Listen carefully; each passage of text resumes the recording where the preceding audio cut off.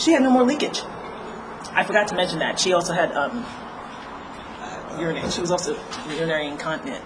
A gallon of water is what, like, bodybuilders, 220-pound bodybuilders usually took. That's a lot of water. And was it someone that told her that, or? Oh, okay. She was one of those. Well, they say. Oh, okay. There we go. Perfect. They say. Okay. So, but what you do is more than just nutrition. You do more than just nutritional advice. You do, things fire off. So, like, okay, Eric Dalton talks about gait analysis. How, you walk from your you contract the hamstrings, the glutes, the contralateral rectus spinae, and the ipsilateral. How does firing work inside of what you do? Is there a firing pattern in terms of? Yes, actually, I work with the client to create the brain strategy so that they are able to send them the most effective or an effective message to the system based on nourishment that's allowed, because we don't work on movement until I know that they're at least getting enough nourishment to the system in order to make it happen. Because if not, I've seen that the client will revert back to old movement patterns, and we'd just be spinning around wheels. We'd be spinning our wheels. So as long as I know that they're getting the minerals they need in order to make, and the vitamins, minerals, the healthy fats, and even just an improvement in by 10 to 25%, that can make a huge difference in movement patterns and receptibility of the muscles to accept that message from the higher levels of intelligence, such as the intestines, because the intestines are absorbing the nutrients, and the brain being able to send the message that the muscles realize, okay, yes, this is what I'm supposed to do. Oh, it's a team effort. It's not just one muscle. I don't isolate, because we don't move in isolation. We move dynamically complexed. I'm thinking about. I'm gonna cut all this part out when I'm thinking about a question. Nutrition in terms of a pattern. So the mind has plasticity, it has elasticity. It can go back and forth. What are people getting wrong about pain today? I'm not sure if they're getting it wrong. I just think from a nourishment standpoint, they may not be allowing themselves permission to accept the help or the resource or the tool to move past that stuck point of pain. You're here at a conference. It's expensive. You didn't need to come. You don't need the CEUs. I do. I always need CEUs. Yeah. I like to have my CEUs in the 3 digits. Well, because I'm able to gift the people I come in contact with. So you learn some tricks here. You learn a new perspective. You learn a new paradigm here. You go back to your office the next day, and you're super excited to put it into practice. But you have, your clients, they're there. And why are you here? Is there a person in mind when you think about going to these workshops? Actually, there are persons. There are persons in mind, because there is a mind-body connection. And in my business as a women's health and nutrition coach and a pelvic health specialist, there's a direct connection between the mind, the nervous system, the emotions, and how the body reflects its balances and imbalances. So if there is an imbalance in the function of the muscles, let's see what the root cause is.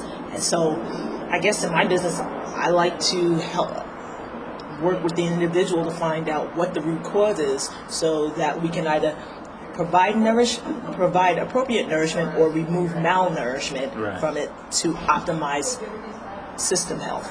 See, what I was thinking about is like a specific individual. Like in my mind, when I go to these conferences, I think about the wife of three, the mother of three. Her husband goes out.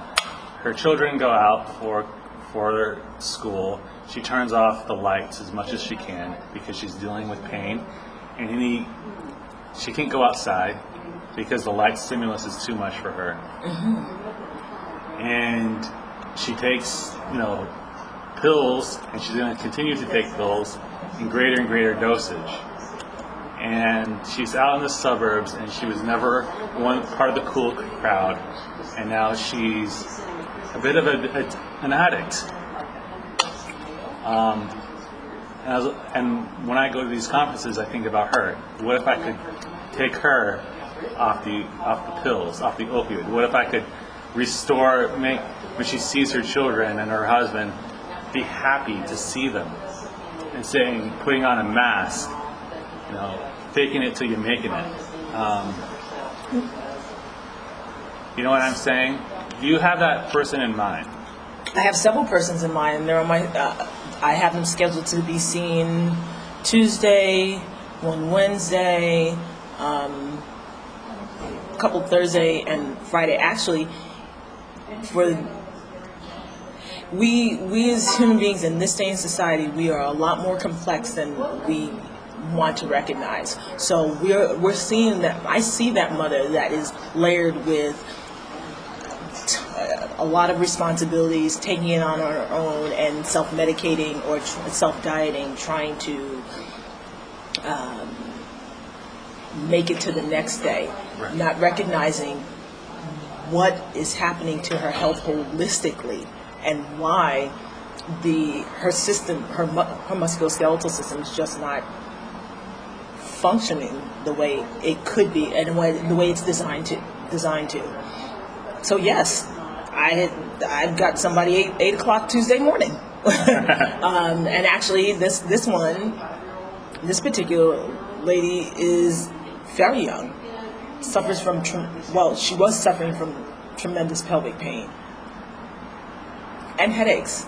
Yeah, hand in hand. Yes, very much so. But I'm working with her diet. She's on a pelvic pain nourishment program. Mm-hmm. She's on a mindful-based stress reduction program. We're eliminating artificial light in her environment so that she is able to function when she goes to work. She hadn't been to work in weeks. She came in at her last session and say that she was able to tolerate work for 6 hours. And she's feeling better. However, she still has the headaches. They're not as severe. So now that we've looked at other external oppressors, now we can delve into the internal. Because I like to eliminate the external ones first before I get into the internal, because we may just end up with that loop of every 3 to 5 days, every 3 to 5 days, every 3 to 5 days. So, which is great for the billful, but horrible for the ego. Like as therapists, we're not supposed to be the Superman of the affair, but we love to work on our clients and never see them again, or perhaps have them write a nice review. Outside of that, it's great to never see our clients again.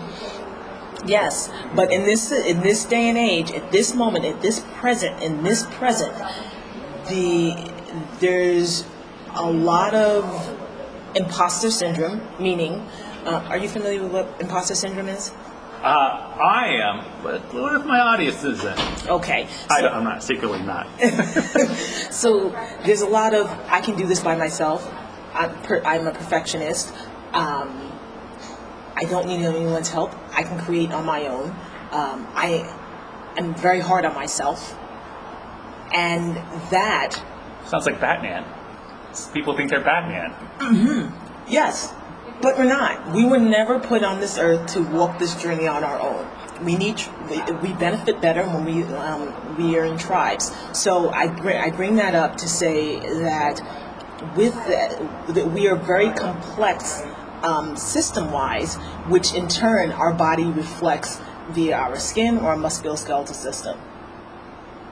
I love the idea of tribes, their positive value, but I'm also like, yeah, they also have a lot of negative values too. Like, that person doesn't look like part of my tribe, I'm gonna go beat them up. Well, in a tribe, you should feel love without conditions. It should be a judgment-free space. If you're not in that sort of tribe, then that's not the tribe you need to be in. And